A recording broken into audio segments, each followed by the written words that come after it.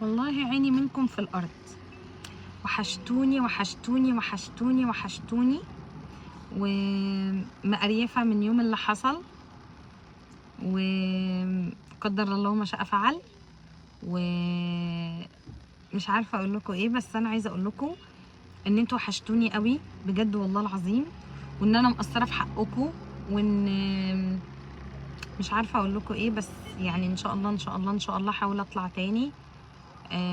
هو كده المفروض 25 يوم مش هنعرف نبقى اكتف مع بعض، بس وشكرا شكرا للموقف اللي بيبين الناس الجدعه اللي مكمله معايا على الحلوه والمره، والناس التانية اللي بتجري في ثواني.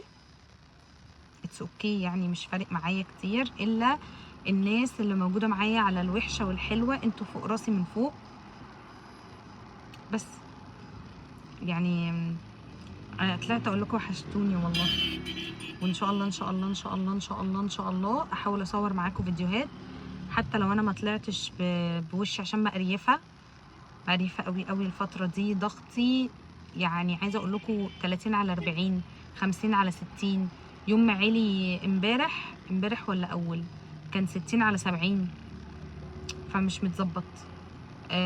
ولما بيبقى كده مظبوط بالنسبه لي بيبقى 70 على 90 امبارح بالليل اعتقد. المهم يعني انا بحبكم قد الدنيا دي كلها بالحاجات اللي فيها، وشكرا شكرا شكرا على كلامكم الحلو، شكرا على اللي بيبعت لي على الانستجرام، سيبه لكم في كومنت مثبت، تعليق مثبت، عشان تبعتوا لي وتعملوا لي فولو، وان شاء الله اللي جاي يبقى احسن.